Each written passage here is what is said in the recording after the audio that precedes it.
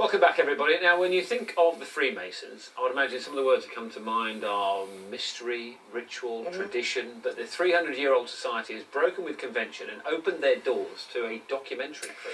It's in an effort to show that one of the world's oldest clubs is far more modern, inclusive and progressive than its reputation suggests. We'll speak to three members in a moment. Morning all. Morning. First, have a look at their time on Inside the Freemasons.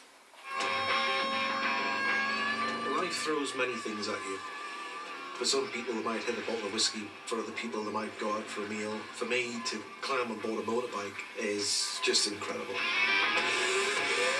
Moments when you're on a motorbike and you see 15 to 20 people on bikes in front of you and the same number behind you, and then suddenly you think, Struth, they're all Masons. That's quite a moment. As the grand procession forms, Dr. David Staples, the new Deputy Grand Director of Ceremonies, is feeling the heat. There are people who have fainted as Deputy Grand Director of Ceremonies, and they are legendary now. There are people who've done all sorts of things. It is known as doing an X. I do not want doing a Staples to enter the Masonic legend. After an initiation, there is a song to the initiates, and it's something that people normally within the lodge hold quite dear to their heart before they deliver it. Let us prepare, we brothers that are assembled on merry occasion.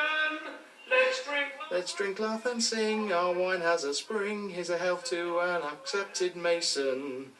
Let's drink, laugh and sing, our wine has a spring, here's a health to an accepted Mason. Beautiful. So many questions to ask. Well, joining us now are three members of the Freemasons: Peter Younger, David Staples and Josh Spencer. Josh, we just saw you singing there. Just for you and being part of the Masons, it's a family thing. Is it family tradition? Yes, it is a family tradition. I'm a fourth generation Mason, but it's really evolved into something that I can enjoy with people of all ages, people from all different backgrounds, and my friends. I've actually invited several of my friends into it over the years. And have they joined? Yes, absolutely, yeah. Why did they choose to join? Yes. I think everybody joins for their own reasons, and they can get out of Freemasonry whatever they'd like to. I think that's the beauty of it. I was going to put that question to you, David, because a university friend invited you to meet. Is that right? You had no family members at all? Pretty much never heard of the Freemasons before I joined. A friend of mine at university used to disappear off 4 or 5 times a year, and he said, would you like to come along? This might be something that you would enjoy. And I didn't look enormously into it, and it got under my skin. And I've been a Freemason now for 21 years. I've had an enormous amount of fun. I've met huge numbers of different people from all different walks of life, all different backgrounds, and yeah, I'm now completely hooked. David, same question to you. Why did you join? Peter.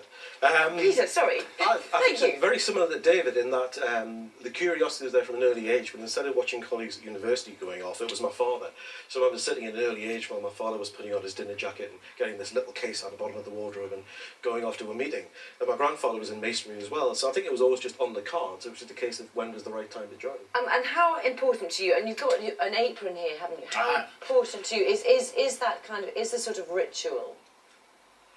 The ritual side of it, really, it's what brings us all together and what bonds us all together. There are 3, you could almost call them plays, that you participate in when you join. And it's that process that bonds you together, because it is very special. It's a very special moment when you join Masonry. And it's something that remains with you for the rest of your life. And as a consequence of that, that's really what bonds us all together within the fraternity. I think that's what we want to help people of a newer generation benefit from as well, because I've gained so much confidence from what we do in our ceremonial side of Freemasonry to be able to deliver professional presentations of work, which I would never have been able to have done with the life experience I would have had otherwise. What about some of the I suppose the accusations that are thrown at the Freemasonry movement, the stuff about the secrecy and the whole sort of jobs for the boys culture? I'm sure you hear that a lot, don't you? How would you answer that? From the secrecy point of view, you can find out any of our ceremonies, any of our secrets on Google in under 15 seconds. So it's not secret in any real sense of the word. And as far as the other sort of things which are thrown about, I've been a Freemason for 21 years and I have never encountered any of that at all. And it's absolutely forbidden. You're not allowed to network for business purposes within Freemasonry. But what you do get out of it personally are the sorts of things that Josh has been talking about. You build yourself into a bigger person, a better person, a person more fit for the societies and communities that you come from. And what about you, Peter? What about that sort of accusation that bit Dan saying about jobs for the boys? Have you? That doesn't happen. No, I mean, I've been a Freemason for 23 years, and in that time I've been made redundant twice, but nobody's ever offered me a job inside a lodge.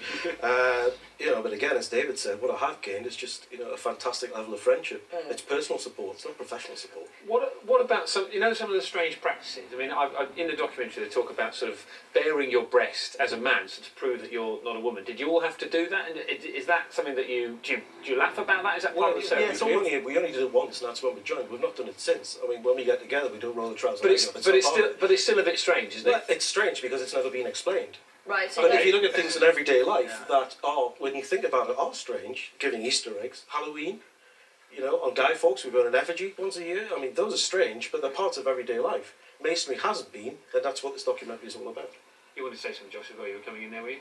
Yes, so also the ceremonial side of Freemasonry is purely to do with what traditional stonemasons, who were traditionally illiterate, what they would have done to distinguish one another and also distinguish their skills.